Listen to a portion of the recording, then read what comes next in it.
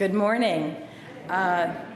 It's my deep honor and privilege to be asked to give gratitude today for the life of Maureen Black Ogden and the legacy she left us, not only in the state, but in the church. So Brian said you should Google her, but good news, I've done a little bit of that work for you, but also I was really blessed to have known Maureen in her life and to have watched her do what she did. So I wanted to just talk a little bit about that.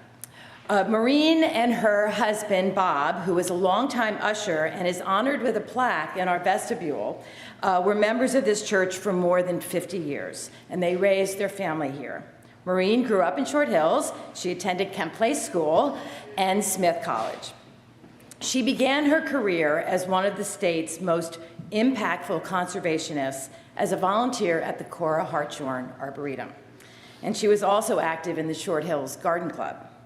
She served on the Citizens League for Environmental Action Now, and in 1974, she became chair of the Millburn Environmental Commission.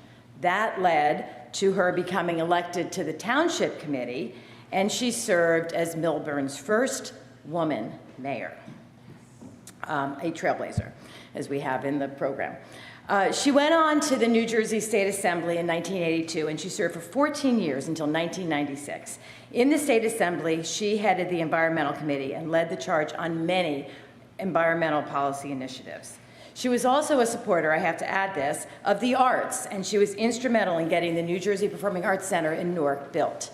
And for many of you know, I work there. So thank you, Maureen. And Governor Kane. She authored key Green Acres legislation to preserve millions of acres of open space and was the champion of New Jersey's Wetlands Protection Act.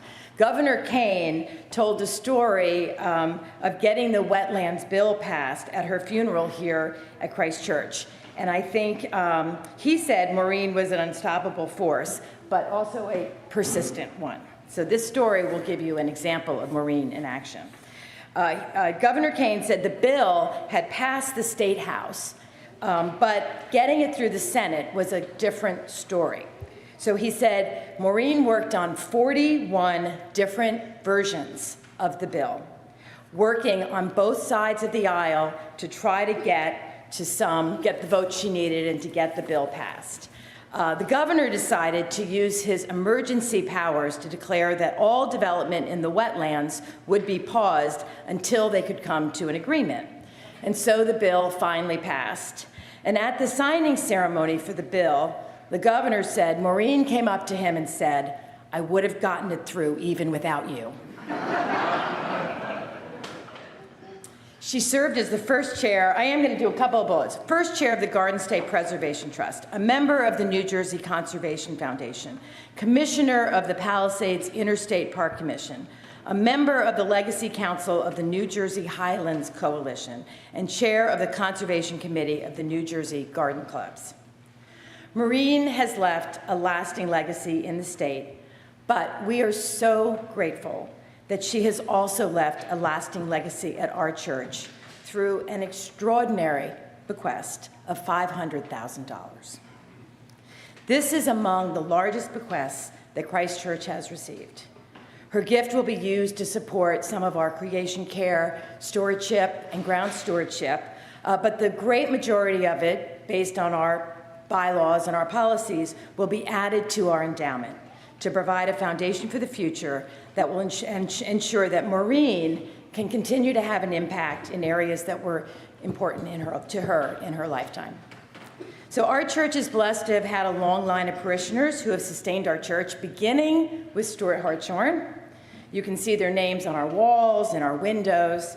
A few, Cooper Memorial Evensong was made possible by a gift from John Cooper and his family.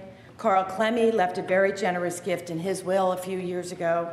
In just this last year, longtime members Gail Hoyt and Vesta McLean have left generous bequests. And as I was preparing my remarks and thinking about what I wanted to say, I came across a tote bag that Julie Taub handed me when she was cleaning out her house a couple years ago, filled with all of her binders and papers and brochures on plan giving that she'd been working on for many years.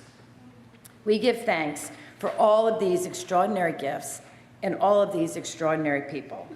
They carried out their ministry fully. That was from our reading this morning. And I pulled out this Isaiah 61, verse 3. They shall be called oaks of righteousness, the planting of the Lord to display God's glory, which reminds me of our stewardship theme, grounded in Christ. Oh, what's the next part? Growing together. Thank you. Grounded in Christ, growing together. So may their gifts be like the planting of a well-rooted tree, steady, generous, enduring, so that those of us who come after will find shelter and the tree will bear fruit long after it is planted. Thank you for